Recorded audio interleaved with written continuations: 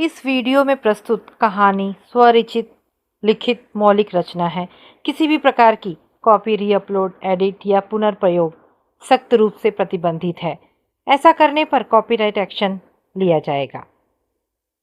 55 वर्ष की ढलती उम्र में भी अनुराधा के मुखमंडल पर एक अलौकिक तेज और शांति झलकती थी। एक मध्यम वर्गीय परिवार में जन्मी अनुराधा ने जीवन के अनेक थपेड़े सहे थे, किंतु समाज के वंचित वर्ग के लिए कुछ कर गुजरने की लालसा ने उनके जीवन को एक नया अर्थ दे दिया था।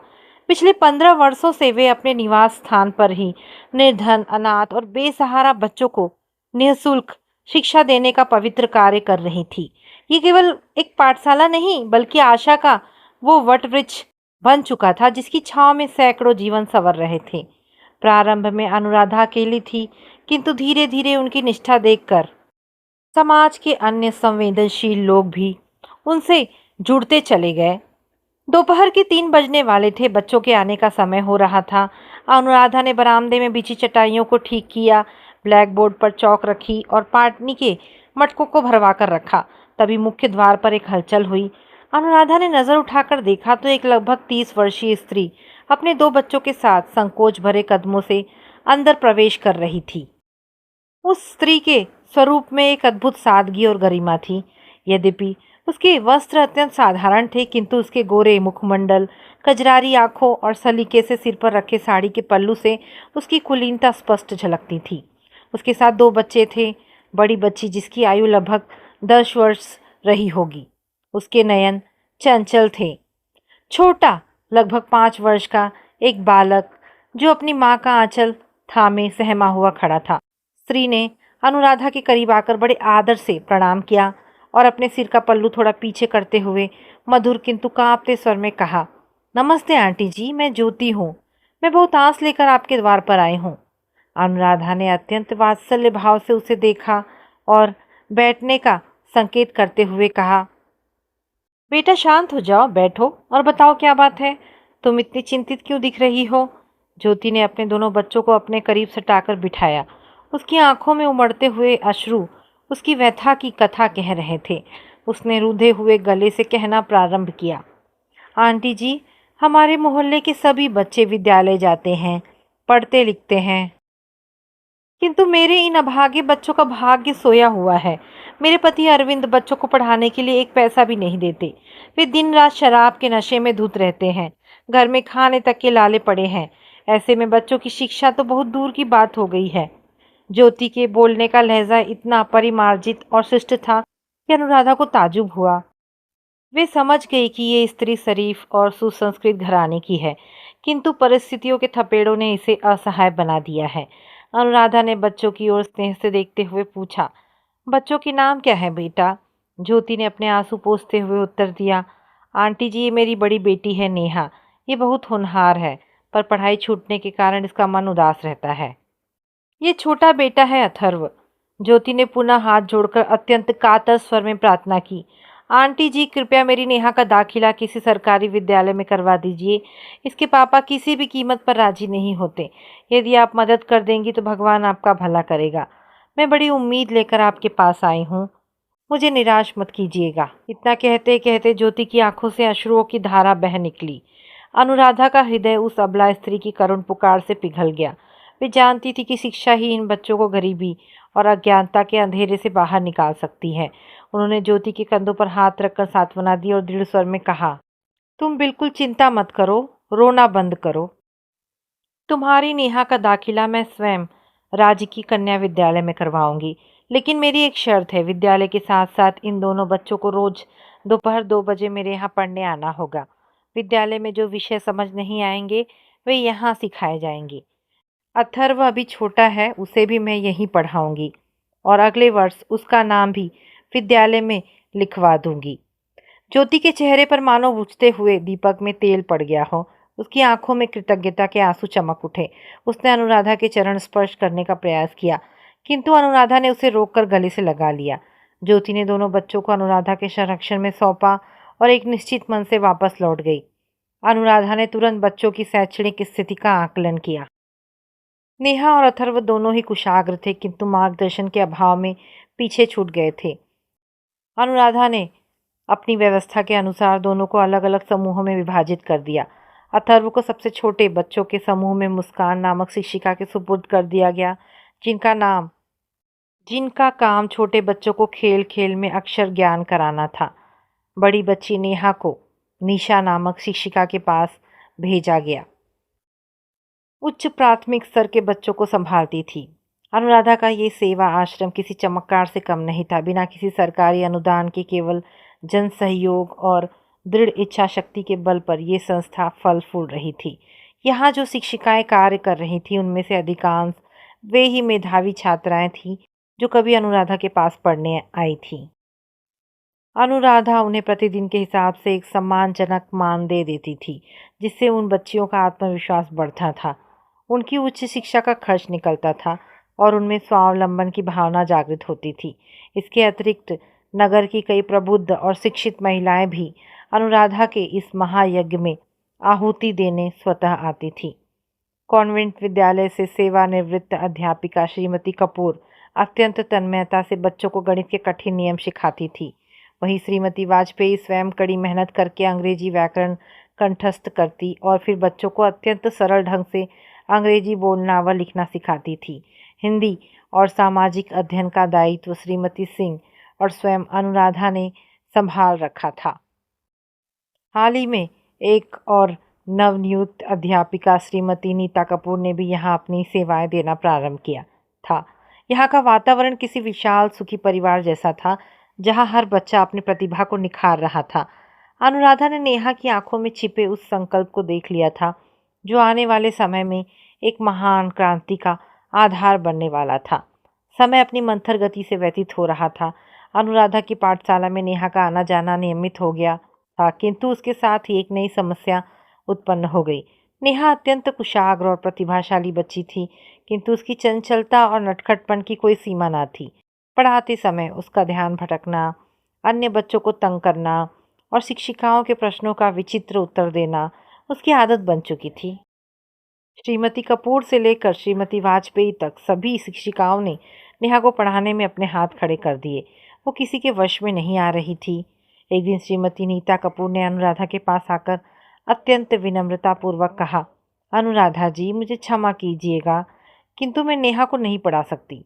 वो बहुत प्रतिभाशाली है, इसमें कोई संदेह नहीं, किंतु उसकी चंचलता इतनी अधिक है कि वो पूरे वर्ग का ध्यान भटका देती है। मैं उसे संभालने में असमर्थ हूँ। अनुराधा ने नीता जी की बात सुनी और मंद मुस्कान के साथ कहा, नीता, जो बच्चा शांत और आज्ञाकारी होता है उसे तो कोई भी पढ़ा सकता है। असली परीक्षा तो तब होती है जब हम किसी बिखरे हुए, असाधारण और चंचल बाल मन को दिशा दे सके। नेहा की ये चंचलता असल में उसकी असीम ऊर्जा का प्रतीक है। हमें उस ऊर्जा को सही दिशा में मोड़ना है। अनुराधा ने निर्णय लिया कि वे नेहा को स्वयं पढ़ाएंगी। उन्होंने अपने पास ही नीता को भी बिठा लिया ताकि वे भी देख सकें कि नेहा के साथ कैसा व्यवहार किया जाना चाहिए। नेहा को अपने पास बिठाकर अनुराधा ने पढ़ाना शुरू किया। शुरू में नेहा ने अनुराधा को भी थका दिया। जब अनुराधा उसे गणित का कोई प्रश्न समझाती तो नेहा खिड़की के बाहर उड़ती चिड़िया को देखने लगती। जब उसे हिंदी की कविता याद करने को दी जाती तो अपने कॉपी पर विचित्र आकृतियां बनाने लगती।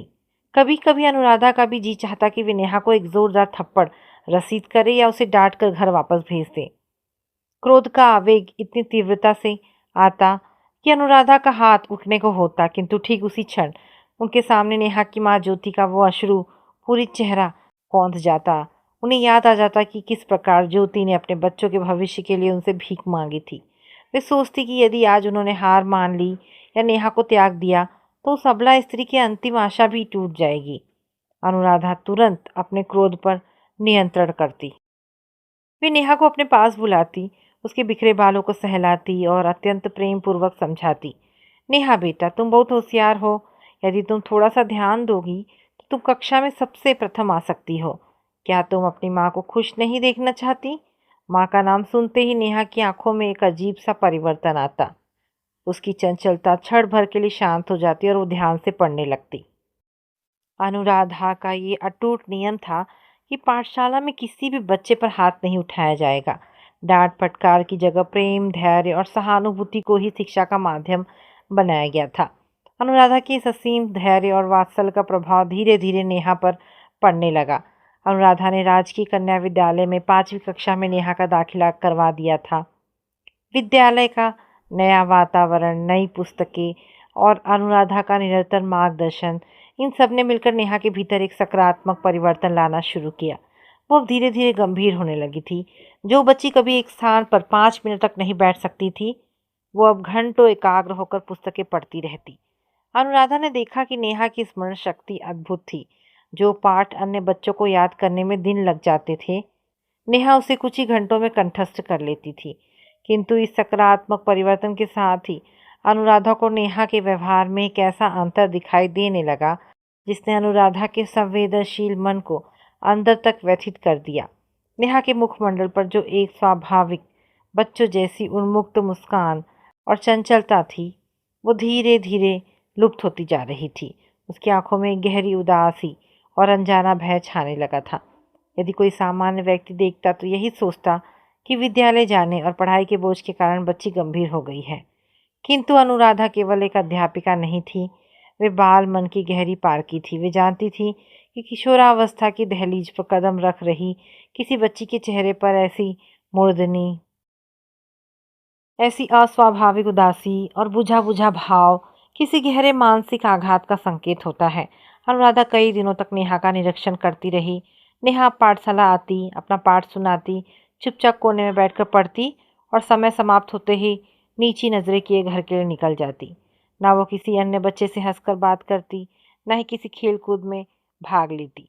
एक दिन जब सभी बच्चे पढ़कर जा चुके थे, अनुराधा ने नेहा को अपने पास ही रोक लिया। धूप ढल रही थी और बरामदे में हल्की सुनहरी रोशनी फैली हुई थी। अनुराधा ने नेहा का हाथ अपने हाथों में लिया।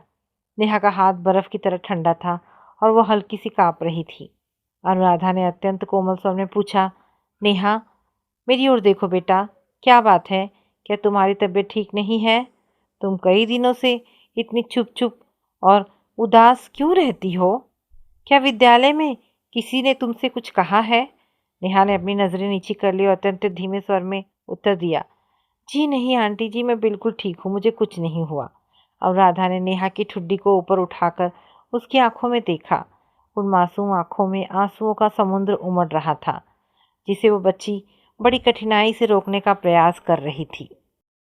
अनुराधा ने उसे अपने सीने से सटाते हुए कहा, नेहा, तुम जानती हो ना कि मैं तुमसे कितना प्यार करती हूँ। तुम मेरी बेटी जैसी हो। यदि तुम्हें कोई परेशानी है, कोई कष्ट है, तो मुझे बताओ। क्या घर में कोई समस्या है? अनुराधा का वाक्य पूरा भी नहीं हो पाया था कि नेहा का धैर्य का बांध टूट गया। वो फूट फूट कर रोने लगी। उसका पूरा शरीर सिसकियों से कांप रहा था। वो अनुराधा से लिपट गई और अनुराधा की साड़ी को अपने हाथों में भींच लिया। अनुराधा ने स्नेह से उसकी पीठ सहलाई, अपने आंचल से उसके अश्रु पोंछे और दिलासा देते हुए कहा, शांत हो जाओ मेरी बेटा, शांत हो जाओ। मुझे बताओ क्या बात है, तुम उस तरह क्यों रो रही हो? नेहा ने सिसकते हुए रुक रुक कर जो बात बताई, उसे सुनकर अनुराधा का हृदय सिहर उठा। नेहा ने कहा, आंटी जी, क्या आप मेरे पापा को बुलाकर समझा सकती हैं? वे बहुत बुरे हैं आंटी जी। अनुराधा ने चौंकाते हुए पूछा, क्या हुआ नेहा? पूरी बात खुलकर बताओ। नेहा ने अपनी कांपती आवाज़ में घर का वो भयानक दृश्य बयान किया जिसे वो अपनी आंखों से देख चुकी थी। आंटी जी, मेरे पापा रोज रात को बहुत शराब पीकर आते हैं। वे बहुत गाली गलौज करते हैं। जब मम्मी उन्हें शराब पीने से मना करती है और बच्चों के कपड़े या खाने के लिए पैसे मांगती है, तो पापा मानते नहीं। कुछ दिनों पहले मम्मी और पापा में इसी बात पर बहुत बड़ा झगड़ा हुआ था। पापा ने मम्मी को बहुत मारा। उन्होंने मम्मी पर हाथ उठाया और उन्हें धक्का दे दिया। मम्मी बहुत रोई। फिर मम्मी बहुत गुस्सा होकर हम दोनों को छोड़कर हमारी नानी के घर चली गई। अब मम्मी वहीं है और यहाँ आने से मना कर रही है। घर में चूल्हा भी ठीक से नहीं जलता। हमें मम्मी की बहुत याद आती है आंटी जी। कृपया मेरे पापा को सुधार दीजिए या मम्मी को बुला दीजिए। एक 10-11 वर्ष की निष्पाप बच्ची के मुख से पारिवारिक हिंसा की ये दर्दनाक दास्तां सुनकर अनुराधा का कलेजा मुंह को आ गया। उनका हृदय उस बच्ची के असीम दुख से द्रवित हो उठा। वे समझ गई कि नेहा के चेहरे की वो मुर्दनी और उदासी किसी शारीरिक बीमारी की वजह से नहीं, बल्कि उसके अपने ही घर में प्रतिदिन होने वाले उस तांडव की वजह से थी। अनुराधा ने तुरंत वे जानती थी कि इस समय बच्ची को सांत्वना और सही मार्गदर्शन की आवश्यकता है। उन्होंने नेहा के सिर पर हाथ फेरते हुए कहा, नेहा बेटा, तुम बिल्कुल मत रो। तुम एक बहादुर लड़की हो। तुम अपनी नानी का पता और अपनी माँ का फ़ोन नंबर मुझे लिख कर दे दो। तुम्हारे पापा से इस समय बात करना ठीक नहीं होगा। वे शराब के नशे में कुछ नहीं समझेंगे। मैं तुम्हारी माँ से बात करूँगी। नेहा ने तुरंत एक कागज़ के टुकड़े पर अपनी नानी का पता और माँ का फ़ोन नंबर लिखकर अनुराधा को दे दिया। अनुराधा के सांत्वना भरे शब्दों से नेहा के मन का बोझ कुछ हल्का हुआ। वो अपने आंसू पोंछकर घर की ओर प्रस्थान कर गई। अनुराधा देर तक उस कागज़ के टुकड़े को देखती रही। उसका मन आक्रोश, करुणा और चिंता के अजीब से बवंडर में फंसा हुआ था। एक ओर जहाँ वे समाज में शिक्षा का प्रकाश फैलाने का प्रयास कर रही थी, वहीं दूसरी ओर ऐसे विकृत और शराबी पुरुषों के कारण ना जाने कितनी मासूम जिंदगियां और परिवार तबाह हुए थे। अनुराधा ने मन ही मन संकल्प किया कि वे ज्योति और उसके बच्चों को इस संकट से बाहर निकाल कर ही रहेंगी। नेहा के जाने के पश्चात अनुराधा विचार मग्न अवस्था में अपने कक्ष में बैठी थी। संध्या के धुंधलके धीरे धीरे पसर रहे थे। अनुराधा ने ध्यान दिया कि अधिकांश बच्चे और शिक्षिकाएं जा चुकी थी, किंतु केवल आरती और श्रीमती वाजपेयी अभी तक वहीं रुकी हुई थी। आरती अनुराधा की एक होनहार पूर्व छात्रा थी, जो अब अध्यापन में उनकी सहायता करती थी। आरती का घर नेहा के घर के ठीक बगल में स्थित था। अनुराधा ने आरती को अपने पास बुलाया और उत्सुकता से पूछा, आरती, क्या नेहा की माँ सचमुच घर छोड़कर चली गई है? नेहा आज बहुत रो रही थी, मामला क्या है? आरती ने एक ठंडी सांस भरी और कहा, हाँ आंटी जी, नेहा जो कह रही थी वो बिल्कुल सत्य है। नेहा के पापा अरविंद बहुत ही गैर जिम्मेदार और शराबी व्यक्ति हैं। वे दिन रात शराब में धुत रहते हैं। घर में कमाने वाले वे अकेले हैं, किंतु अपनी पूरी कमाई शराब में उड़ा देते हैं। बच्चों की पढ़ाई, राशन या कपड़ों के लिए एक पैसा नहीं देते। लगभग एक सप्ताह पहले उनके घर में एक भयानक झगड़ा हुआ था। अरविंद ने शराब के नशे में नेहा की माँ ज्योति जी को बहुत बुरी तरह पीटा और उन पर हाथ उठाया। ज्योति जी स्वाभिमानी स्त्री हैं। वे सहते सहते थक चुकी थी, इसलिए गुस्सा होकर अपने दोनों बच्चों को छोड़कर अपने मायके या नेहा की नानी के घर चली गई। अब वे कह रही हैं कि वे उस नरक में वापस कभी नहीं आएंगी। पास ही बैठी श्रीमती वाजपेयी ने अपनी ऐनक ठीक करते हुए आश्चर्य से कहा, लेकिन आरती, नेहा, अथर्व के कपड़े और रहन सहन देखकर तो कभी नहीं लगा कि वे लोग इतनी आर्थिक तंगी या तंगहाली में रहते हैं। वे बच्चे तो हमेशा साफ सुथरे कपड़े पहन कर आते हैं। आरती ने स्थिति को स्पष्ट करते हुए उत्तर दिया, श्रीमती वाजपेयी जी, बात यह है कि वे लोग एक संयुक्त परिवार में रहते हैं। नेहा के दादा दादी भी उसी घर में रहते हैं और उसके चाचा ताऊ के परिवार भी अच्छे खाते पीते हैं। रिश्तेदार और दादा दादी अच्छे स्वभाव के हैं, इसलिए बच्चों के कपड़ों और खान पान की कुछ व्यवस्था तो घर के अन्य लोगों के सहयोग से हो जाती है। इसके अलावा ज्योति जी स्वयं भी एक बहुत अच्छे घराने की बेटी हैं। उनके मायके वाले काफ़ी अच्छे हैं। जब उन्हें ज्योति पर हुए इस अत्याचार का पता चला तो वे बहुत क्रोधित हो गए। ज्योति जी के भाई और माता पिता अब कह रहे हैं कि वे अरविंद से ज्योति का तलाक करवा देंगे।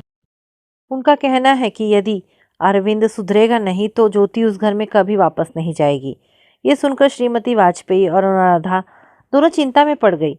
अनुराधा जानती थी कि हमारे समाज में एक परित्यक्ता या तलाकशुदा स्त्री का जीवन कितना कठिन होता है, और दो छोटे बच्चों के साथ तो ये संघर्ष और भी विभत्स रूप ले लेता है।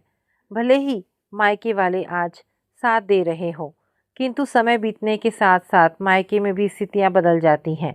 इसके अलावा माता पिता के अलग होने का सबसे बुरा प्रभाव उन दो मासूम बच्चों के भविष्य और मानसिक संतुलन पर पड़ता। अनुराधा ने एक क्षण विचार किया और फिर दृढ़ता से कहा, वैवाहिक विच्छेद या तलाक किसी समस्या का समाधान नहीं है। क्रोध में आकर लिया गया निर्णय केवल विनाश लाता है। हमें ज्योति से बात करनी होगी। बच्चों के भविष्य की दुहाई देकर उसे समझाना होगा। यदि वो अपने घर वापस नहीं आएगी तो अरविंद और भी अधिक आवारा हो जाएगा और इन बच्चों का जीवन पूरी तरह तबाह हो जाएगा। अनुराधा ने तुरंत नेहा द्वारा दिए गए टेलीफोन नंबर पर ज्योति को फ़ोन मिलाया। दूसरी ओर से ज्योति की भारी और उदास आवाज़ आई। हेलो, अनुराधा ने अत्यंत आत्मीयता से कहा, ज्योति मैं अनुराधा बोल रही हूँ। अनुराधा की आवाज़ सुनते ही ज्योति की आंखें पुनः भर आई। उसने कांपते स्वर में कहा, प्रणाम आंटी जी, कहिए नेहा और अथर्व ठीक तो है ना? वे आपको तंग तो नहीं कर रहे? अनुराधा ने कहा, बच्चे बिल्कुल ठीक है ज्योति, किंतु उनकी आत्मा रो रही है। आज नेहा मेरे सामने फूट फूट कर रोई है। उसने मुझे सब कुछ बता दिया है। ज्योति, मुझे पता चला है कि तुम घर छोड़कर मायके चली गई हो और तलाक लेने का विचार कर रही हो। ज्योति ने बिलखते हुए कहा, आंटी जी मैं क्या करूं? मेरी सहन शक्ति की सीमा समाप्त हो चुकी है। जिस पुरुष को अपने बच्चों के भविष्य की चिंता नहीं, जो दिन रात शराब पीकर मुझे पीटता है, उसके साथ मैं कैसे रहूं? मेरे माता पिता और भाई कहते हैं कि मुझे ऐसे राक्षस से अलग हो जाना चाहिए। अनुराधा ने उसे सांत्वना देते हुए अत्यंत धैर्यपूर्वक समझाया, ज्योति तुम्हारा क्रोध और तुम्हारा दुख पूरी तरह स्वाभाविक है। अरविंद ने जो किया वो सर्वथा अनुचित और अक्षम्य है, किंतु एक माँ होने के नाते जरा ठंडे दिमाग से सोचो, यदि तुम अलग हो जाओगी तो तुम्हारे इन दो मासूम बच्चों का क्या होगा? समाज इन्हें किस नज़र से देखेगा? क्या तुम्हारे भाई भाभी जीवन भर दो बच्चों का बोझ उठाएंगे? आज नहीं तो कल वहाँ भी खटपट शुरू होगी। तुम्हारे बच्चों का पिता भले ही गैर जिम्मेदार हो, किंतु उनका अपना एक घर है, दादा दादी का छत्र छाया है। श्रीमती वाजपेयी ने भी फोन हाथ में लेकर ज्योति को समझाया, बेटी ज्योति, हम तुम्हारी व्यथा समझते हैं, किंतु पुरुषों का अहंकार कभी कभी उन्हें अंधा कर देता है। यदि तुम मैदान छोड़कर भाग जाओगी तो जीत अरविंद की बुरी बातों की होगी। तुम्हें अपने बच्चों के लिए, उनकी शिक्षा के लिए वापस आना होगा। तुम घर में रहकर अपने अधिकारियों के लिए लड़ो, ना कि घर छोड़कर भागो। अनुराधा जी और हम सब तुम्हारे साथ खड़े हैं।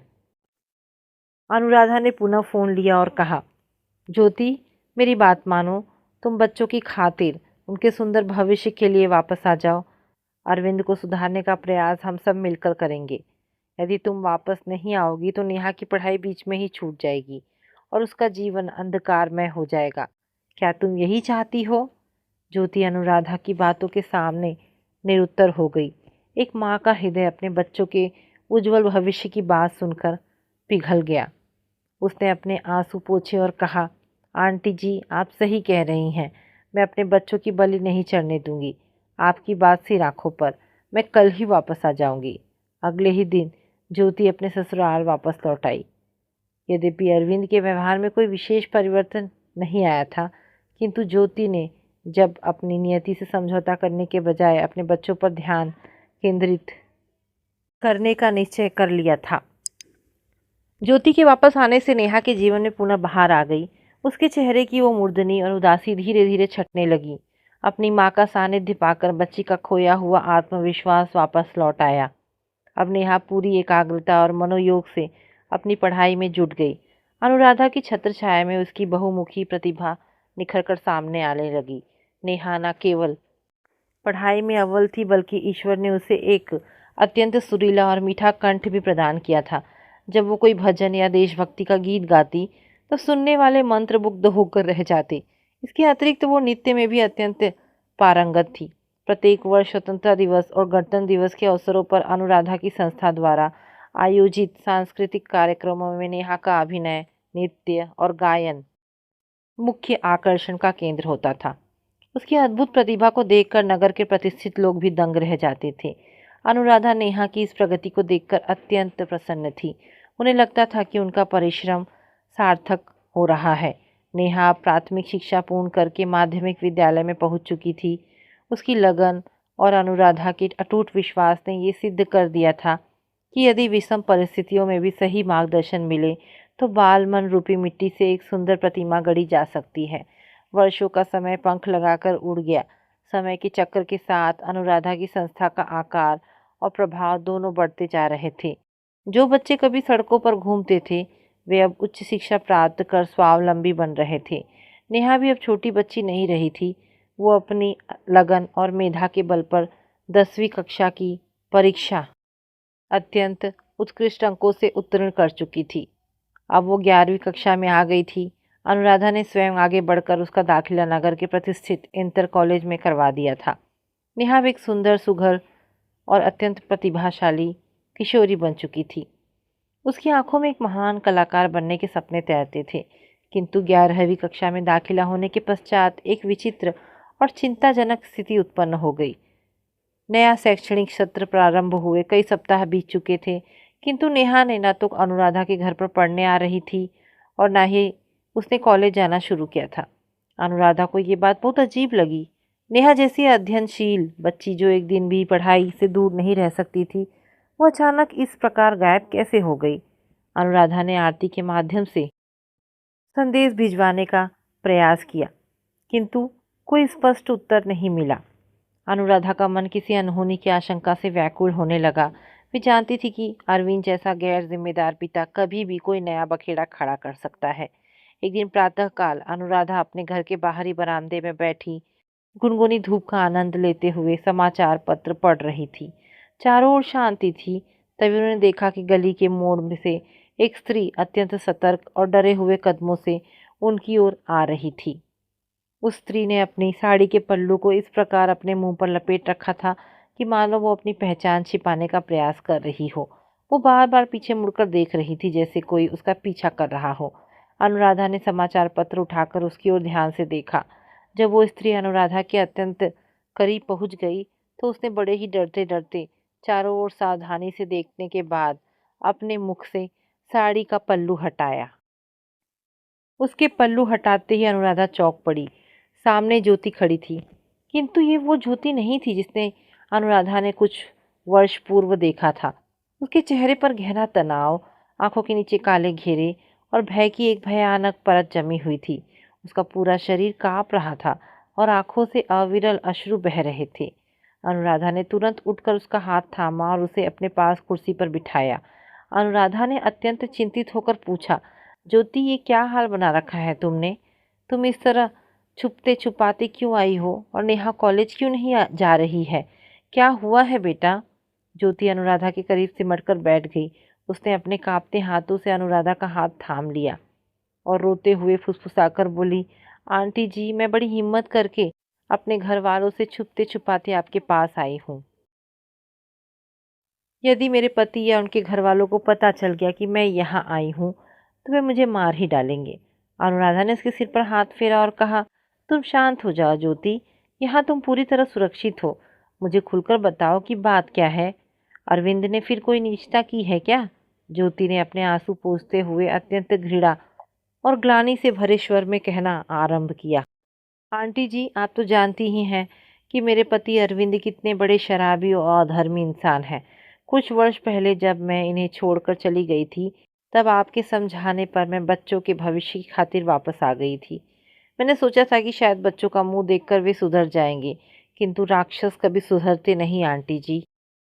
उन्होंने अपनी मर्यादा की सभी सीमाएं लांघ दी हैं। ज्योति का स्वर रुंध गया। अनुराधा ने उसे पानी का गिलास दिया। पानी की 2 घूंट पीकर ज्योति ने आगे कहा, आंटी जी, मुझे कुछ महीने पहले पता चला कि अरविंद ने मुझसे बिना बताए किसी दूसरे शहर में जाकर एक अन्य स्त्री से दूसरी शादी कर ली है। वे पिछले 7 महीनों से घर भी नहीं आए हैं, ना ही उन्होंने घर में राशन के लिए एक पैसा भेजा है। मैं और मेरे बच्चे किस हाल में जी रहे हैं उन्हें इससे कोई मतलब नहीं। मैं सब कुछ बर्दाश्त करती रही, सोचती रही कि किसी तरह मेहनत मजदूरी करके बच्चों को पाल लूँगी, किंतु अब तो उन्होंने पाप की सारी हदें पार कर दी हैं। अनुराधा की भ्रुकुटियाँ तन गई। उन्होंने पूछा, क्या किया है उसने? ज्योति की आंखों से क्रोध और लाचारी की ज्वाला धधक उठी। उसने कहा, आंटी जी, उन्होंने नेहा की पढ़ाई पूरी तरह रुकवा दी है, उसे कॉलेज जाने से मना कर दिया है और उसकी शादी तय कर दी है। अनुराधा का दिल दहल गया। वे अपनी जगह से आधी खड़ी हो गई और चीखकर बोली, क्या? शादी तय कर दी? नेहा अभी केवल 16-17 वर्ष की है। वो अभी नाबालिग है और अरविंद ने उसकी शादी तय भी कर दी? किससे? ज्योति का चेहरा लज्जा और असीम पीड़ा से लाल हो गया। उसने अपना सिर झुका लिया और भरे गले से कहा, आंटी जी, मुझे ये कहते हुए भी घिन आ रही है। मुझे किसी से पता चला है कि जिस व्यक्ति से अरविंद ने नेहा का रिश्ता तय किया है वो कोई कुंवारा युवक नहीं है। वो एक दोहूजू व्यक्ति है। उसकी पहली पत्नी की मृत्यु हो चुकी है और उसके 2 बच्चे भी हैं। अनुराधा सन्न रह गई। उनके कानों में मानो सैकड़ों सीटियां बजने लगी। उन्हें अपनी श्रवण शक्ति पर विश्वास नहीं हो रहा था। ज्योति ने सिसकते हुए आगे कहा, और सबसे विभत्स बात तो ये है आंटी जी कि मेरे नीच पति ने उस अधेड़ व्यक्ति से नेहा की शादी के बदले भारी धनराशि यानी पैसे ले लिए हैं। उन्होंने अपनी सगी होनहार बेटी को कुछ रुपयों के लिए उसके हाथों बेच दिया है। उन्हें अपनी सगी औलाद का सौदा करते हुए जरा भी शर्म नहीं आई। ये सुनते ही अनुराधा के पैर से तले जमीन खिसक गई। उनके नेत्रों के सामने नेहा का वो निष्पाप, भोला भाला और सुरीला चेहरा कौंध गया। वो बच्ची जो आने वाले समय में कला और शिक्षा के क्षेत्र में अपना और देश का नाम रोशन कर सकती थी, उसका अपना ही पिता अपनी नीचता और शराब की लत को पूरा करने के लिए उसका सौदा कर रहा था। अनुराधा का शरीर क्रोध से कांपने लगा। उनकी आत्मा इस घिनौने सामाजिक अपराध और पारिवारिक क्रूरता के विरुद्ध चित्कार कर उठी। कुछ क्षणों के लिए संपूर्ण प्रांगण में एक भयानक स्तब्धता छा गई। अनुराधा ने अपनी आंखें बंद की, एक गहरी सांस ली और अपने भीतर के समस्त आत्मबल को समेटकर स्वयं को शांत किया। वे जानती थी कि इस समय केवल क्रोध करने से काम नहीं चलेगा। इस घिनौने अपराध को रोकने के लिए एक प्रचंड संकल्प और ठोस कदम उठाने की आवश्यकता थी। उन्होंने अपनी आंखें खोली। उनकी आंखों में अब दया या लाचारी का भाव नहीं था, बल्कि धर्म और न्याय की एक ज्वाला धधक रही थी। अनुराधा ने ज्योति की ओर देखा, जो सिर झुकाए असहाय होकर रो रही थी। अनुराधा ने अत्यंत गंभीर और ओजस्वी स्वर से ज्योति से प्रश्न किया, ज्योति, जरा मेरी ओर देखो। तुम्हारा नाम क्या है? ज्योति ने विस्मित होकर अनुराधा की ओर देखा। वो समझ नहीं पाई कि इस अत्यंत विकट और गंभीर परिस्थिति में अनुराधा जी उससे उसका नाम क्यों पूछ रही हैं। उसने हिचकिचाते हुए उत्तर दिया, जी मेरा नाम ज्योति है। अनुराधा के चेहरे पर एक कठोर और संकल्पित मुस्कान आ गई। उन्होंने ज्योति की आंखों में आंखें डालकर कहा, ज्योति, तुम्हें अपने नाम का अर्थ मालूम है? ज्योति का अर्थ होता है जो प्रकाश और सफलता की संवाहक हो, और तुम ज्योति यानी ज्वाला की तरह धधकने वाली शक्ति हो। तुमने देखा है ना कि आग जब तक शांत और नियंत्रित रहती है, तब तक वो चूल्हे में भोजन पकाकर पूरे परिवार का पालन पोषण करती है। किंतु जब वही आग अपनी मर्यादा लांघने वाले अधर्मियों के सामने विकराल रूप धारण कर लेती है, तो वो विध्वंस मचाकर सब कुछ जलाकर राख कर देती है। ज्योति ने आश्चर्य और भ्रम के भाव से अनुराधा की ओर देखा। वो कांपते स्वर में बोली, आंटी जी, मैं समझी नहीं कि आप क्या कहना चाहती हैं। आपका तात्पर्य क्या है? अनुराधा अपनी कुर्सी से उठकर खड़ी हो गई। मेरा तात्पर्य ये है ज्योति कि जब तुम्हारे और तुम्हारी मासूम बेटी के साथ इतना बड़ा अत्याचार, इतना घिनौना सौदा हो रहा है, तो तुम चुपचाप आंसू बहाकर इसे सह क्यों रही हो? तुम अपने पैरों पर खड़ी क्यों नहीं होती? तुम्हारे जीते जी एक माँ के जीवित हो रहते हुए उस शराबी पिता की ये हिम्मत कैसे हुई कि वो तुम्हारी सगी बेटी को बेच सके? अनुराधा का एक एक शब्द ज्योति के सोए हुए स्वाभिमान पर प्रहार कर रहा था। अनुराधा ने आगे कहा, ज्योति, अब भीगी बिल्ली बनकर रोने का समय चला गया है। अब तुम्हें शेरनी बनना होगा।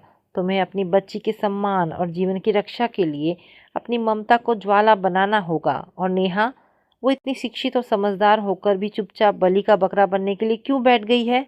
तुम दोनों माँ बेटी स्पष्ट रूप से उस अधेड़ और अयोग्य व्यक्ति से विवाह करने से मना कर दो। तुम ज्वाला बनो ज्योति। जो भी तुम्हारे और तुम्हारी बेटी के सम्मान के बीच में आए, उसे अपनी शक्ति की ज्वाला से भस्म कर दो। अनुराधा का स्वर और अधिक तीव्र और दृढ़ होता गया।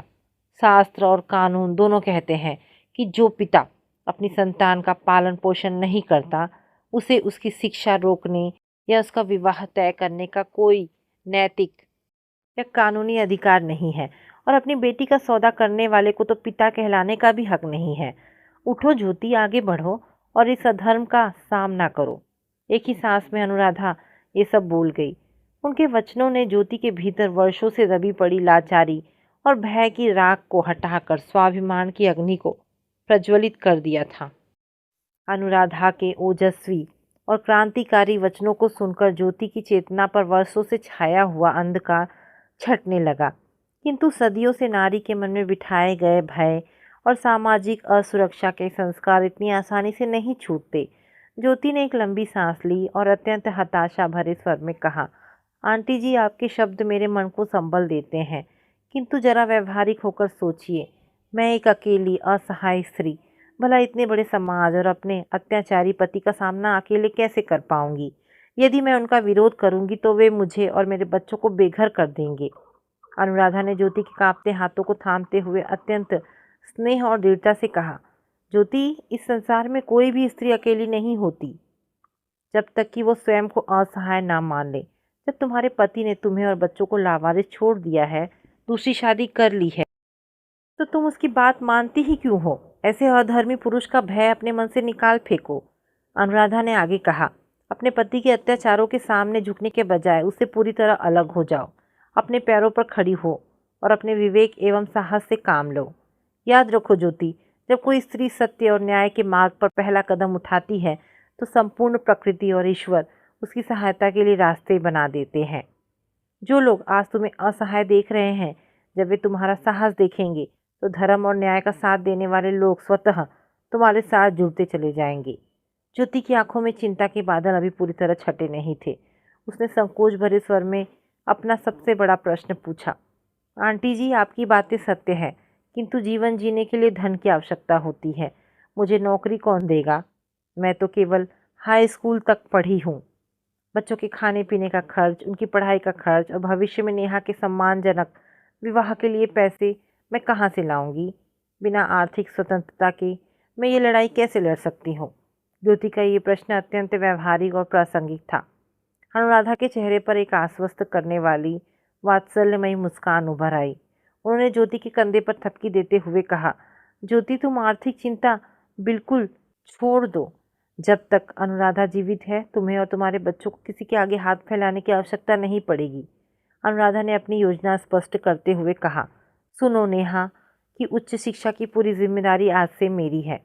उसका कॉलेज का शुल्क, पुस्तकें और अन्य सभी खर्च मेरी संस्था उठाएगी। इसके साथ भी नेहा अब 11वीं कक्षा में आ चुकी है और बहुत समझदार है। मैं उसे अपनी संस्था में छोटे बच्चों को पढ़ाने के लिए शिक्षिका के पद पर नियुक्त करती हूँ। इसके बदले में उसे प्रति माह एक निश्चित वेतन मिलेगा, जिसे वो अपना व्यक्तिगत खर्च स्वयं उठा सकेगी। ज्योति ने आश्चर्य से अनुराधा की ओर देखा। अनुराधा ने बात जारी करते हुए कहा, और जहाँ तक कि तुम्हारा प्रश्न है ज्योति, मुझे नेहा ने बताया था कि तुम सिलाई और कढ़ाई के काम में बहुत निपुण हो। तुम बहुत सुंदर वस्त्र सिलती हो। मेरी संस्था में कई गरीब लड़कियां आती हैं जो सिलाई सीखकर स्वावलंबी बनना चाहती हैं। मैं तुम्हें अपनी संस्था के सिलाई विभाग की मुख्य शिक्षिका नियुक्त करती हूँ। तुम्हें भी यहाँ से सम्मानजनक मासिक वेतन मिलेगा। अनुराधा का स्वर और अधिक आश्वस्त करने वाला हो गया।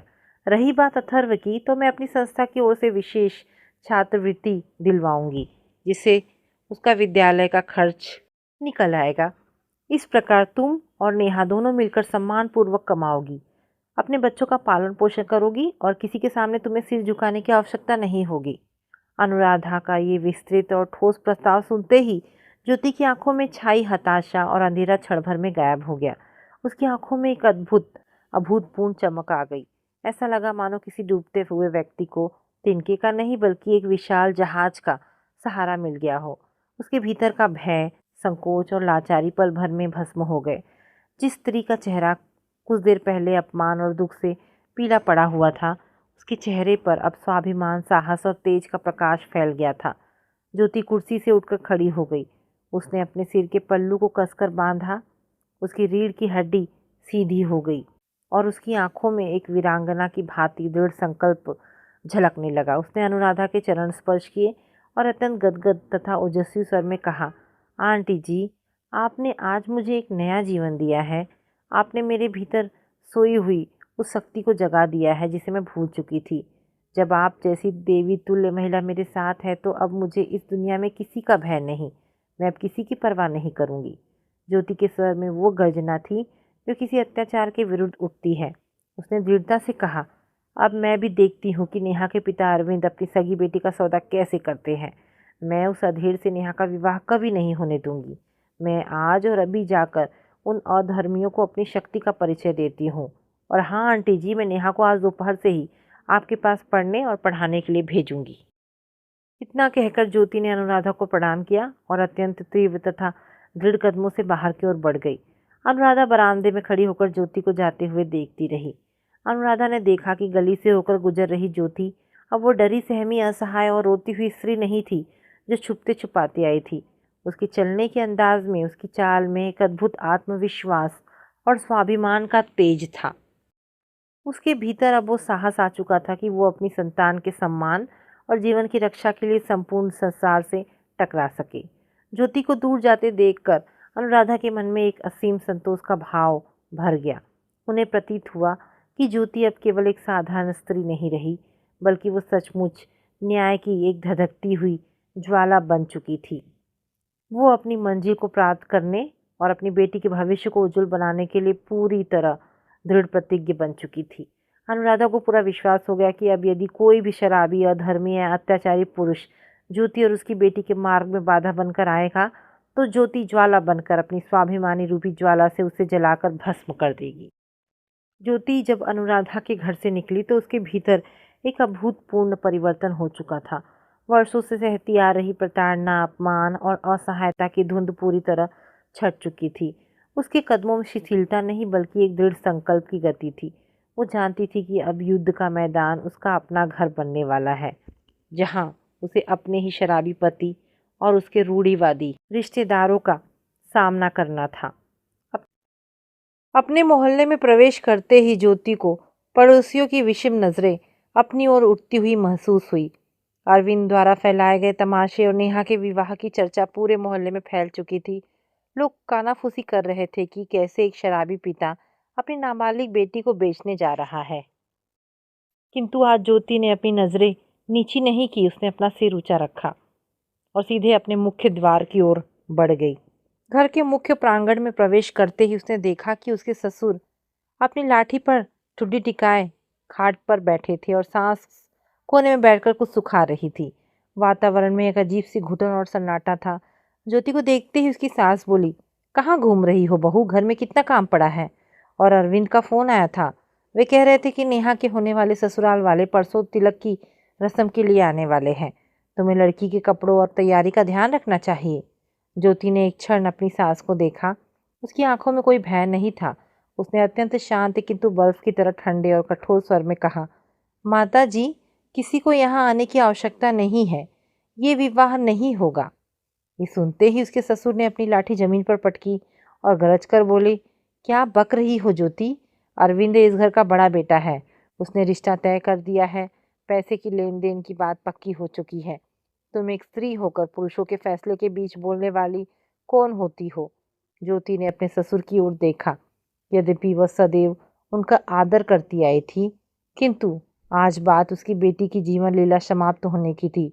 उसने कहा, बाबूजी, जिस बेटे ने अपनी पत्नी और बच्चों को लावारिस छोड़ दिया, जो 7 महीनों से घर का राशन तक नहीं लाया, जो अपनी लत के लिए अपनी सगी बेटी को एक दहूजू के हाथों बेच रहा है, ऐसे अधर्मी पुरुष को मेरी बेटी के जीवन का फैसला करने का कोई अधिकार नहीं है। नेहा अभी 16 वर्ष की है, वो पढ़ेगी, अपने पैरों पर खड़ी होगी। मैं उसका विवाह उस अधेड़ व्यक्ति से कभी नहीं होने दूंगी। सास अपनी जगह से उठी और चिल्लाते हुए बोली, तू पागल हो गई है ज्योति? एक लड़की जात को इतना पढ़ाकर क्या करेगी? अरविंद ने जो फैसला किया है वही होगा।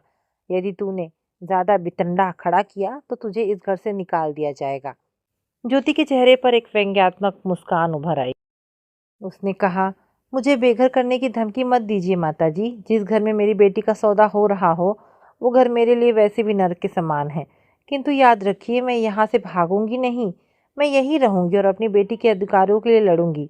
इसी बीच अंदर के कमरे से नेहा बाहर निकल आई। उसके चेहरे पर भय और आंसू थे। उसने अपनी माँ का हाथ थाम लिया। ज्योति ने नेहा को अपने गले से लगाया और उसके कान में फुसफुसाकर कहा, डर मत मेरी बच्ची, अब तेरी माँ तेरे साथ है। कोई भी राक्षस तुझे छू भी नहीं पाएगा। ज्योति ने नेहा का हाथ पकड़ा और उसे अनुराधा जी की संस्था में जाने का आदेश दिया। उसने कहा, नेहा, तू तुरंत अनुराधा आंटी के पास जा। आज से तू वहाँ बच्चों को पढ़ाएगी और अपनी पढ़ाई भी जारी रखेगी। अब तुझे किसी से डरने की आवश्यकता नहीं है। नेहा ने अपनी माँ की आंखों में वो ज्वाला देखी जो उसने पहले कभी नहीं देखी थी। बच्ची का हृदय संबल से भर गया। वो अपनी पुस्तकें उठाकर अनुराधा की पाठशाला की ओर दौड़ पड़ी। ससुर और सास ज्योति के इस रूप को देखकर स्तब्ध रह गए। जो ज्योति हमेशा सिर झुकाकर हर अत्याचार सह लेती थी, आज वो किसी चंडी की भांति उनके सामने खड़ी थी। वे समझ गए कि स्त्री के पीछे कोई बड़ी शक्ति खड़ी है। दोपहर 2 बजे जब नेहा अनुराधा के आश्रम पहुंची तो अनुराधा ने उसे अत्यंत स्नेह से गले लगाया। अनुराधा ने नेहा को उसकी नई भूमिका के बारे में समझाया। अनुराधा ने कहा, नेहा बेटा, आज से तुम केवल एक छात्रा नहीं हो, बल्कि इस संस्था की एक शिक्षिका भी हो। तुम्हें छोटे बच्चों को हिंदी और संगीत सिखाना होगा। तुम्हें अपनी पढ़ाई भी पूरी लगन से करनी है और इन बच्चों का भविष्य भी संवारना है। नेहा की आंखों में कृतज्ञता के आंसू बह निकले। उसने अनुराधा के चरण छुए और कहा, आंटी जी, आपने मेरी माँ को और मुझे एक नया जीवन दिया है। मैं आपको वचन देती हूँ कि मैं मन लगाकर पढ़ूंगी और कभी आपको शिकायत का मौका नहीं दूंगी। उसी दिन शाम को ज्योति भी अनुराधा के आश्रम पहुंची। अनुराधा ने उसे सिलाई विभाग का प्रभार सौंपा। आश्रम के एक बड़े कमरे में कई सिलाई मशीनें रखी हुई थी, जहां निर्धन बच्चियां सिलाई सीखती थी। ज्योति ने अत्यंत कुशलता और तन्मयता से उन बच्चियों को वस्त्र काटने और सीने की तकनीकें सिखाना प्रारंभ कर दिया। जब पहला दिन समाप्त हुआ तो अनुराधा ने ज्योति और नेहा दोनों को उनका पहला एडवांस सौंपा। अपने हाथों में अपनी मेहनत की कमाई देखकर ज्योति की आंखें छलछला आई। ये केवल पैसा नहीं था, ये उसकी स्वतंत्रता, उसके स्वाभिमान और उसके बच्चों के सुरक्षित भविष्य का प्रतीक था। ज्योति ने मन ही मन ईश्वर और अनुराधा का धन्यवाद किया। वो जानती थी कि ये तो केवल शुरुआत थी। असली तूफान तब आने वाला था जब अरविंद को इस बात की सूचना मिलती और वो अपनी लत व अहंकार के नशे में चूर होकर वापस लौटता। 2 दिन व्यतीत हो गए। ज्योति और नेहा का जीवन एक नई पटरी पर लौटने लगा था।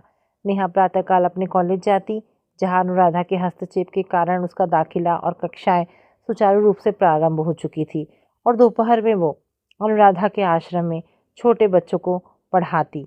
ज्योति भी दिन भर सिलाई केंद्र में बच्चियों को प्रशिक्षण देती और शाम को अपने बच्चों के साथ सुरक्षित महसूस करती। किंतु जैसा कि आशंकित था, शांत समुद्र के पीछे एक भयानक तूफान आकार ले रहा था। तीसरे दिन की संध्या को जब सूर्य ढल रहा था और अनुराधा के आश्रम में बच्चे अपने अपने पाठ समाप्त कर घर जाने की तैयारी कर रहे थे, तभी बाहर गली में एक भारी, लड़खड़ाती और कर्कश आवाज गूंज उठी। ज्योति, बाहर निकल, कहाँ छिपी है तू? और नेहा कहाँ है? यह अरविंद था। वह अत्यधिक शराब के नशे में धुत था। उसके वस्त्र अस्त व्यस्त थे, आंखें लाल थी और उसके मुंह से अपशब्द निकल रहे थे। उसके साथ 2 अन्य संदिग्ध और असामाजिक प्रवृत्ति के व्यक्ति भी थे, जिन्हें वो शायद अपने समर्थन के लिए लेकर आया था। अरविंद लड़खड़ाते कदमों से अनुराधा की पाठशाला के मुख्य द्वार के अंदर घुस आया। पाठशाला में उपस्थित छोटे बच्चे डर के मारे चीख पड़े और अपनी अपनी शिक्षिकाओं के पीछे छिप गए। ज्योति, जो अंदर सिलाई कक्ष में थी, आवाज़ सुनते ही बाहर भागी। नेहा भी कांपती हुई अपनी माँ के पीछे आ खड़ी हुई। अरविंद ने ज्योति को देखते ही चीख कर कहा, तू यहाँ क्या कर रही है? तेरी ये हिम्मत कि तू मेरे फैसले के खिलाफ जाए? मैंने नेहा का रिश्ता पक्का कर दिया है और उस आदमी से 1 लाख रुपए एडवांस भी ले लिए हैं। तूने नेहा को कॉलेज कैसे भेजा और उसे यहाँ इस नाटक में क्यों बिठा रखा है? चल घर और नेहा को मेरे हवाले कर। ज्योति का शरीर क्रोध से कांप उठा, किंतु इससे पहले कि वो कुछ बोल पाती, अनुराधा अपने कक्ष से बाहर निकल आई। अनुराधा के चेहरे पर एक अदम्य गंभीरता और तेज था। उनके पीछे श्रीमती कपूर और श्रीमती वाजपेयी भी आ खड़ी हुई। अनुराधा ने अरविंद की ओर अपने कदम बढ़ाए और अत्यंत कठोर रोबीले स्वर में कहा, अरविंद, अपनी जबान को लगाम दो, तुरंत बाहर निकल जाओ। ये शिक्षा का मंदिर है, तुम्हारी शराब की भट्टी नहीं। अरविंद ने अनुराधा को घूर कर देखा और नशे में धुत होकर हंसने लगा। ओहो, तो आप हैं अनुराधा जी, आप ही मेरी पत्नी और बेटी के कान भर रही हैं ना? आप अध्यापिका हैं तो अपने काम से काम रखिए, मेरे पारिवारिक मामलों में टांग अड़ाने की कोशिश मत कीजिए। नेहा मेरी बेटी है, मैं चाहे उसकी शादी किसी से भी करूं, उसे बेचूं या मारूं, ये मेरा व्यक्तिगत मामला है। आप बीच में बोलने वाली कौन होती हैं? अनुराधा के चेहरे पर एक कठोर मुस्कान उभर आई। उन्होंने कहा, व्यक्तिगत मामला अरविंद? जब तक तुम अपनी बेटी का पालन पोषण कर रहे थे, पेट भर रहे थे, तब तक वो तुम्हारा पारिवारिक मामला था।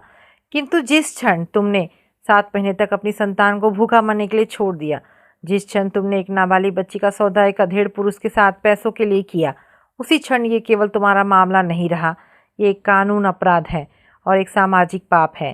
अनुराधा ने एक कदम और आगे बढ़ाया और गरजते हुए कहा, और सुनो, नेहा इस देश की नागरिक है, कोई निर्जीव वस्तु नहीं जिसे तुम बेच सको। उसकी उच्च शिक्षा का दायित्व मेरी संस्था ने लिया है। यदि तुम में जरा सी भी पुरुषार्थ और लज्जा बची है तो अपनी मेहनत की कमाई से अपने बच्चों को पाल कर दिखाओ। नाबालिग बेटी को बेचकर शराब पीने वाले को पिता नहीं राक्षस कहते हैं। अरविंद अनुराधा के इस प्रचंड रूप से क्षण भर के लिए सहम गया, किंतु शराब का नशा और उसके साथ आए गुंडों की उपस्थिति ने उसके अहंकार को बढ़ावा दिया। उसने आगे बढ़कर नेहा का हाथ पकड़ने का प्रयास किया और चीखा, मैं नहीं जानता कानून फानून। नेहा मेरी बेटी है, मैं इसे अभी अपने साथ ले जाऊंगा। जैसे ही अरविंद ने नेहा का हाथ छूने की कोशिश की, ज्योति एक व्याघ्री की भांति बीच में कूद पड़ी। उसने अरविंद का हाथ हवा में झटक दिया और उसे पीछे से धक्का दे दिया। अरविंद लड़खड़ाकर जमीन पर गिर पड़ा। ज्योति ने आगे बढ़कर अपनी बेटी को अपने पीछे कर लिया और अपनी आंखें अरविंद के चेहरे पर गड़ाते हुए चीख कर कहा, खबरदार जो मेरी बेटी को छुआ भी तो। अरविंद, तुमने अपने सारे अधिकार उसी दिन खो दिए थे जिस दिन तुमने दूसरी शादी की थी और हमें बेघर किया था। आज यदि तुमने मेरी बच्ची की ओर एक कदम भी बढ़ाया तो मैं भूल जाऊंगी कि तुम कभी मेरे पति थे। मैं इसी समय पुलिस को बुलाऊंगी और तुम्हें नाबालिग बाल विवाह और मानव तस्करी के जुर्म में जेल भिजवा दूंगी। अरविंद जमीन से उठा, उसकी आंखें फटी के फटी रह गई। उसने कभी सपने में भी नहीं सोचा था कि जो ज्योति उसकी एक डांट से थर थर कांपती थी, वो आज भरे समाज में उसे जेल भिजवाने की धमकी देगी। इसी बीच अनुराधा के आश्रम के बाहर मोहल्ले के दर्जनों लोग एकत्र हो गए थे। अनुराधा की समाज में अत्यंत प्रतिष्ठा थी। मोहल्ले के कई गणमान्य पुरुष और युवा लाठियां और डंडे लेकर संस्था के अंदर आ गए। मोहल्ले के एक वरिष्ठ नागरिक रामनाथ जी ने आगे आकर अरविंद को फटकारा, अरविंद, तुम शर्म से डूब मरो। अपनी होनहार बेटी का सौदा करते हुए तुम्हें लज्जा नहीं आती? अनुराधा जी और ज्योति जी बिल्कुल सही कह रही हैं। यदि तुम तुरंत यहाँ से दफा नहीं हुए तो हम सब मिलकर तुम्हें इतना पीटेंगे कि तुम्हारी शराब का नशा एक पल में हिरन हो जाएगा। चारों ओर से जनता का आक्रोश और ज्योति का प्रचंड रूप देखकर अरविंद के साथ आए दोनों गुंडे दबे पांव खिसक गए। अरविंद समझ गया कि इस समय बाजी उसके हाथ से निकल चुकी है। उसने ज्योति और अनुराधा की ओर अपनी उंगली उठाई और कांपती आवाज़ में धमकी दी, ठीक है, तुम सब मिलकर मुझे नीचा दिखा रहे हो ना, मैं देख लूँगा। कोर्ट कचहरी और पुलिस में घसीटूंगा तुम सबको। नेहा मेरी ही बेटी रहेगी। इतना कहकर अपमान और पराजय के बोझ से दबा अरविंद लड़खड़ाते कदमों से बाहर की ओर भाग खड़ा हुआ। आश्रम में छाए तनावपूर्ण वातावरण में अचानक शांति छा गई। बच्चे जो सहमे हुए थे धीरे धीरे बाहर निकले। ज्योति की आंखों से आंसू बह निकले, किंतु इस बार वे लाचारी के नहीं बल्कि अपनी पहली विजय के आंसू थे। अनुराधा ने ज्योति के कंधे पर हाथ रखा और कहा, देखा ज्योति, जब तुम अधर्म के सामने सीना तान कर खड़ी हो गई तो अधर्म को पीछे हटना ही पड़ा। ये तुम्हारी पहली जीत है, किंतु सतर्क रहना होगा। अरविंद आसानी से मानने वाला नहीं है। ज्योति ने अपने आंसू पोंछे और अनुराधा के हाथ जोड़कर कहा, आंटी जी, यदि आप और ये समाज मेरे साथ न होता तो वो राक्षस मेरी बेटी को घसीट कर ले जाता। आपने मुझे जो ढाल दी है उसके लिए मैं जीवन भर आपकी ऋणी रहूंगी। अनुराधा ने मुस्कुराते हुए कहा, ऋण मेरा नहीं, उस ईश्वर का मानो जिसने तुम्हारे भीतर की दुर्गा को जगाया है। अब जाओ, बच्चों को संभालो, कल से एक नया सवेरा होगा। अरविंद की उस पराजय के पश्चात अनुराधा के आश्रम और ज्योति के जीवन में एक अभूतपूर्व परिवर्तन आया। अरविंद ने कुछ दिनों तक मोहल्ले में अफवाहें फैलाने और ज्योति को डराने धमकाने का प्रयास किया, किंतु अनुराधा के प्रभाव और पूरे मोहल्ले के एकजुट समर्थन के आगे उसकी एक न चली। जब उसे लगा कि उसकी दाल नहीं गलने वाली और पुलिस में जाने पर वो स्वयं नाबालिग लड़की के सौदेबाजी के मामले में फंस जाएगा, तो वो शांत होकर अपने दूसरे ठिकाने पर चला गया। इधर ज्योति और नेहा का जीवन पूरी तरह बदल चुका था। नेहा अब नियमित रूप से कॉलेज जाने लगी थी। अनुराधा के विशेष मार्गदर्शन और उसकी अपनी कुशाग्र बुद्धि के कारण उसने 11वीं कक्षा के पहले ही महीने में अध्यापकों का ध्यान अपनी ओर आकर्षित कर लिया। उसकी वाक्पटुता, गंभीर अध्ययन और शिष्ट व्यवहार ने उसे कॉलेज की सबसे प्रिय छात्रा बना दिया। दोपहर में जब अनुराधा के आश्रम आती तो उसकी भूमिका बदल जाती। वो छोटी छोटी बच्चियों को अत्यंत प्रेम पूर्वक पढ़ाती। अनुराधा ने देखा कि नेहा के भीतर एक जन्मजात अध्यापिका छिपी हुई थी। वो बच्चों को केवल किताबी ज्ञान नहीं देती थी, बल्कि उन्हें गानों, कहानियों और नाटकों के माध्यम से कठिन विषय भी चुटकियों में सिखा देती थी। इसके साथ ही नेहा की संगीतात्मक प्रतिभा को निखारने के लिए अनुराधा ने एक नया कदम उठाया। अनुराधा की संस्था में आने वाली सेवानिवृत्त अध्यापिका श्रीमती वाजपेयी के पति शास्त्रीय संगीत के बहुत बड़े मर्मज्ञ थे। अनुराधा के अनुरोध पर उन्होंने नेहा को निःशुल्क शास्त्रीय संगीत और सुगम संगीत की शिक्षा देना स्वीकार कर लिया। प्रत्येक संध्या संस्था के कार्य समाप्त होने के पश्चात नेहा संगीत का रियाज करती। जब उसकी सुरीली और लोचदार आवाज़ में सारेगामा की तानें गूंजती तो संस्था के आसपास से गुजरने वाले लोग ठिठक कर खड़े हो जाते। उसकी आवाज़ में एक अद्भुत दर्द, मिठास और ईश्वर की भक्ति झलकती थी। अनुराधा प्राय कोने में बैठकर नेहा का गायन सुनती और उनकी आंखों में संतोष के अश्रु तैरने लगते। वे मन ही मन सोचती कि यदि उस दिन उन्होंने ज्योति को वापस न भेजा होता और अरविंद के सामने घुटने टेक दिए होते तो ये सुंदर सुरीली कोकिला किसी अधेड़ पुरुष के घर में चौका बर्तन करते हुए घुट घुट कर मर जाती। दूसरी ओर ज्योति ने भी सिलाई केंद्र का कायाकल्प कर दिया था। वो केवल साधारण वस्त्र सीना ही नहीं सिखाती थी, बल्कि उसने बच्चियों को आधुनिक डिजाइन, कढ़ाई, गोटापट्टी का काम और हस्तशिल्प की नई नई तकनीकें सिखाना प्रारंभ कर दिया। ज्योति के मार्गदर्शन में तैयार किए गए वस्त्र इतने सुंदर और गुणवत्तापूर्ण होते थे कि नगर की संभ्रांत महिलाएं अनुराधा के आश्रम में आकर अपने वस्त्र सिलवाने लगी। इससे संस्था को एक अच्छा खासा आर्थिक लाभ होने लगा, जिसका एक बड़ा हिस्सा ज्योति और सिलाई सीखने वाली निर्धन बच्चियों में वितरित कर दिया जाता था। ज्योति अब आर्थिक रूप से पूरी तरह स्वावलंबी हो चुकी थी। वो अपने दोनों बच्चों की सभी आवश्यकताओं जैसे कपड़े, संतुलित भोजन, पुस्तकें और दवाइयाँ का खर्च स्वयं उठाने में सक्षम थी। अब उसे अपने शराबी पति या अपने ससुर के आगे एक एक पैसे के लिए हाथ फैलाने की आवश्यकता नहीं थी। उसकी इस आर्थिक स्वतंत्रता ने उसके घर में भी उसका स्थान बदल दिया था। ज्योति के ससुर और सास, जो पहले उसे एक असहाय और बोझ समझते थे, अब उसके प्रति आदर का भाव रखने लगे थे। वे देखते थे कि ज्योति न केवल अपने बच्चों को पाल रही थी, बल्कि घर के राशन और दवाइयों के खर्च में भी अपना योगदान दे रही थी। अरविंद ने अपने कुछ चाटुकार मित्रों के साथ मिलकर एक नई चाल चलने की योजना बनाई। उसने सोचा कि यदि वो कानूनी या सीधे तरीके से नेहा को रोक नहीं सकता तो वो ज्योति के चरित्र पर कीचड़ उछालेगा और अनुराधा की संस्था को बदनाम करने का प्रयास करेगा, ताकि समाज में उनका समर्थन कम हो जाए। एक शाम जब ज्योति अपने घर लौट रही थी तो उसने देखा कि उसके घर के बाहर अरविंद की बहन और कुछ अन्य दूर के रिश्तेदार एकत्र थे। जैसे ही ज्योति ने द्वार में कदम रखा, उसकी ननद ने ताना मारते हुए कहा, आओ आओ, बड़ी कलाकार की माँ आई है। हमारे प्रतिष्ठित घराने की लड़कियां कभी भरे समाज में गला फाड़कर नहीं गाती थी। ज्योति, तूने तो हमारे कुल की मर्यादा को ही मिट्टी में मिला दिया। ज्योति ने अत्यंत संयम से काम लिया। वो जानती थी कि ये लोग उसे उकसाने का प्रयास कर रहे हैं। उसने शांत स्वर में कहा, दीदी जी, जब आपकी कुल की मर्यादा वाली बेटी और उसके छोटे भाई बहन भूखे मर रहे थे, जब उनके तन पर कपड़े नहीं थे, तब ये कुल की मर्यादा कहाँ सोई हुई थी? जब अरविंद ने दूसरी शादी कर ली और बच्चों को बेघर कर दिया, तब किसी रिश्तेदार को कुल की मर्यादा याद नहीं आई।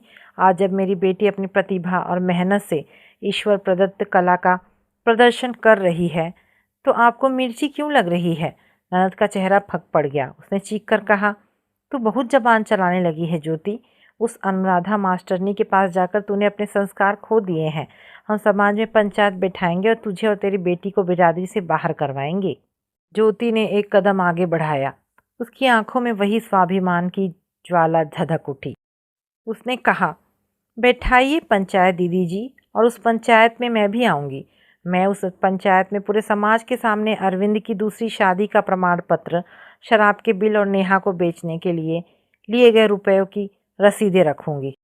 फिर देखते हैं कि बिरादरी किसे बाहर निकालती है, मुझे या आपके शराबी भाई को। ज्योति के इस प्रचंड और तथ्यपूर्ण उत्तर ने ननद और अन्य रिश्तेदारों के मुंह पर ताला लगा दिया। वे समझ गए कि अब पुरानी असहाय ज्योति मर चुकी है और उसकी जगह एक निडर स्वाभिमानी स्त्री ने ले ली है, जिसे डराना या दबाना अब असंभव था। वे बुदबुदाते हुए वहां से चले गए। ज्योति ने अथर्व को गले लगाया। उसने देखा कि नेहा कमरे के कोने में खड़ी ये सब सुन रही थी और थोड़ी चिंतित दिख रही थी। ज्योति ने नेहा के पास जाकर उसके गालों को सहलाया और कहा, नेहा बेटा, तुम्हें इन ईर्ष्यालु लोगों की बातों पर ध्यान देने की ज़रा भी आवश्यकता नहीं है। जो लोग स्वयं कुछ नहीं कर सकते, वे दूसरों को नीचे गिराने का प्रयास करते हैं। तुम्हारा लक्ष्य केवल तुम्हारी कला तुम्हारी पढ़ाई और तुम्हारा कर्तव्य होना चाहिए। समय की धारा अनवरत बहती रही। देखते ही देखते 2 वर्ष का समय बीत गया। नेहा ने अपनी 12वीं कक्षा की बोर्ड परीक्षा में पूरे जिले में प्रथम स्थान प्राप्त करके एक नया कीर्तिमान स्थापित किया। उसकी इस अभूतपूर्व सफलता पर कॉलेज और नगर प्रशासन की ओर से उसे विशेष स्वर्ण पदक प्रदान किया गया। अब नेहा के सामने उच्च शिक्षा का द्वार खुला था। उसकी प्रतिभा और उच्च अंकों को देखते हुए राज्य के सबसे प्रतिष्ठित विश्वविद्यालय के संगीत और कला संकाय में उसे पूर्ण स्कॉलरशिप के साथ प्रवेश मिल गया था। ये ज्योति और अनुराधा के लिए अत्यंत गौरव का क्षण था। जो बच्ची कभी प्राथमिक शिक्षा से भी वंचित होने की कगार पर थी, वो अब विश्वविद्यालय के उच्च शिखरों को छूने जा रही थी। प्रवेश के प्रथम दिन ज्योति और अनुराधा स्वयं नेहा को विश्वविद्यालय छोड़ने गई। विश्वविद्यालय का जीवन नेहा के लिए एक बिल्कुल नया और व्यापक अनुभव था। राज्य के दूर दराज के जिलों से आए सुशिक्षित, आधुनिक और संपन्न परिवारों के छात्र छात्राओं के बीच नेहा अपनी सादगी, पारंपरिक वस्त्रों और शांत स्वभाव के कारण अलग ही दिखाई देती थी। किंतु उसकी ये सादगी उसकी कमजोरी नहीं, बल्कि उसकी सबसे बड़ी शक्ति थी। विश्वविद्यालय के संगीत विभाग में प्रथम सप्ताह ही नवागंतुक छात्रों के लिए एक परिचयात्मक कार्यक्रम आयोजित किया गया। प्राध्यापकों और वरिष्ठ छात्रों की उपस्थिति में नए छात्रों को अपनी अपनी प्रतिभा का परिचय देना था। जब नेहा की बारी आई तो कुछ आधुनिक विचारों वाले सहपाठियों ने उसकी साधारण से कपड़े और माथे पर लगी छोटी सी बिंदी को देखकर दबी जुबान में उपहास उड़ाने का प्रयास किया। किंतु नेहा अविचलित रही। वो मंच पर गई, अनुराधा आंटी और अपनी माँ का ध्यान धरकर ईश्वर को प्रणाम किया और तानपुरे के सुर मिलाए। जैसे ही नेहा ने राग विहाग में अपनी पहली बंदिश छेड़ी, उसकी आवाज़ की गूंज, सुरों का ठहराव और तानों की विविधता ने पूरे प्रेक्षागृह को सन्न कर दिया।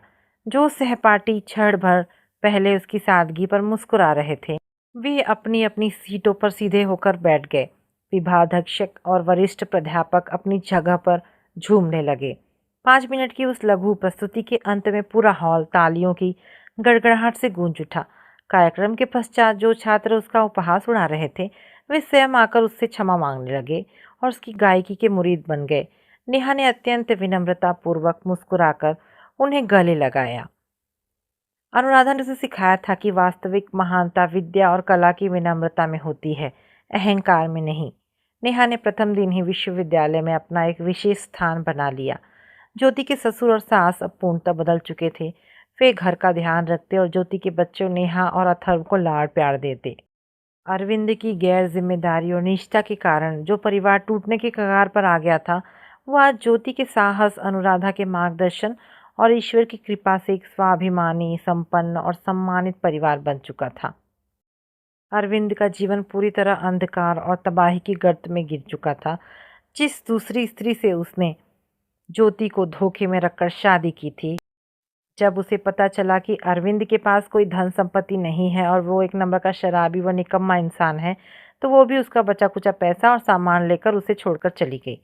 अत्यधिक शराब पान के कारण अरविंद का शरीर कई गंभीर बीमारियों से ग्रस्त हो चुका था। उसका लीवर खराब हो चुका था, पैर सूज गए थे और वो चलने फिरने में असमर्थ होकर एक गंदे किराए के कमरे में पड़ा रहता था। जिन तथाकथित दोस्तों के साथ बैठकर वो शराब पीता था, वे सब उसे इस हाल में छोड़कर भाग चुके थे। एक दिन जब अरविंद जीवन और मृत्यु के बीच झूल रहा था, तो मकान मालिक ने उसे कमरे से बाहर निकाल दिया। वो लाचार, बीमार और गंदे वस्त्रों में सड़क के किनारे पड़ा कराह रहा था। संयोगवश अनुराधा के आश्रम की कुछ शिक्षिकाएं और आरती वहां से गुजर रही थी। उन्होंने सड़क किनारे पड़े उस बदहाल व्यक्ति को पहचाना। आरती ने तुरंत ज्योति और अनुराधा को इसकी सूचना दी। जब ज्योति को पता चला कि उसका अत्याचारी पति सड़क पर दम तोड़ रहा है, तो उसके भीतर की दयालु भारतीय नारी जाग उठी। अनुराधा ने भी कहा, ज्योति, शत्रुता और क्रोध जीवित व्यक्तियों से होता है, किंतु जो असहाय और मृत्युशैया पर हो, उसकी सेवा करना हमारा मानवीय धर्म है। ज्योति और अनुराधा तुरंत एम्बुलेंस लेकर वहां पहुंची। अरविंद को नगर के मुख्य अस्पताल के विशेष वार्ड में भर्ती कराया गया। ज्योति ने स्वयं आगे बढ़कर उसके इलाज का संपूर्ण खर्च उठाया। अस्पताल के बिस्तर पर जब अरविंद को होश आया और उसने अपने सामने ज्योति, नेहा और अनुराधा जी को खड़ा देखा, तो उसकी आत्मा लज्जा और ग्लानि के भयानक आघात से कांप उठी। वो आंखें उठाकर ज्योति की ओर देख भी नहीं पा रहा था। उसकी आंखों से अश्रुओं की धारा बह निकली। उसने कांपते हुए हाथों से ज्योति के पैर पकड़ने का प्रयास किया और रुधे हुए गले से कहा, ज्योति मुझे क्षमा कर दो, मैं एक राक्षस था।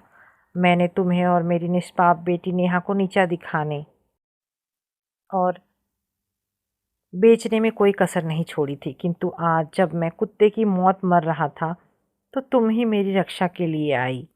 अरविंद ने नेहा की ओर देखा, जो अब एक विदुषी, सम्मानित और राष्ट्रीय स्वर्ण पदक विजेता बन चुकी थी। उसने रोते हुए कहा, नेहा बेटा, मुझे अपने इन पापी हाथों से छूने भी मत देना। मैं पिता कहलाने की योग्य नहीं हूँ। ईश्वर ने मुझे मेरे कर्मों का दंड दे दिया है। ज्योति ने अत्यंत शांत किंतु गंभीर स्वर में कहा, अरविंद, मैंने तुम्हें बहुत पहले क्षमा कर दिया था। यदि मैं क्रोध और प्रतिशोध को अपने मन में रखती तो आज मैं कभी अपनी बेटी का भविष्य नहीं संवार पाती। आज मैं जो कुछ भी कर रही हूँ वो किसी बदले के लिए नहीं, केवल मानवता के नाते कर रही हूँ। नेहा ने आगे बढ़कर अपने पिता को पानी पिलाया। यद्यपि पिता के दुष्कर्मों के घाव गहरे थे, किंतु भारतीय संस्कारों से बंधी उस बच्ची ने अपने पिता के अंतिम समय में कर्तव्य का पालन किया। अरविंद का शरीर बीमारियों से पूरी तरह खोखला हो चुका था। अस्पताल में कुछ दिन रहने के पश्चात अपनी पत्नी और बेटी से क्षमा मांगकर पश्चाताप की अग्नि में जलते हुए उसने अंतिम सांस ली। उसका अंत ये सिद्ध कर गया कि जो पुरुष अपनी संतान और स्त्री का शोषण करते हैं वे अंततः अपनी ही दुष्प्रवृत्तियों की राख में भस्म हो जाते हैं। काल का पहिया अपनी निर्बाध गति से चलता रहा। अरविंद के निधन के पश्चात ज्योति ने अपने धार्मिक कर्तव्यों का पालन किया और फिर पूर्ण मनोयोग से अपने बच्चों और समाज सेवा में समर्पित हो गई। ये कहानी ये अमर संदेश देती है कि शिक्षा ही अज्ञानता और गरीबी के सबसे गहरे अंधकार को मिटाने वाली वास्तविक आशा किरण है। जब तक समाज में अनुराधा जैसी निष्काम गुरु और ज्योति जैसी स्वाभिमानी माताएं रहेंगी, तब तक धर्म, न्याय, शिक्षा और नारी शक्ति की विजय पताका इस पावन धरा पर सदा सदा के लिए फहराती रहेगी। तो दोस्तों, ये कहानी यहाँ पर समाप्त होती है। आशा करती हूँ कहानी पसंद आई होगी। अगर कहानी पसंद आई है तो प्लीज़ इसे लाइक और शेयर कीजिए। धन्यवाद दोस्तों। मिलते हैं एक नई कहानी के साथ।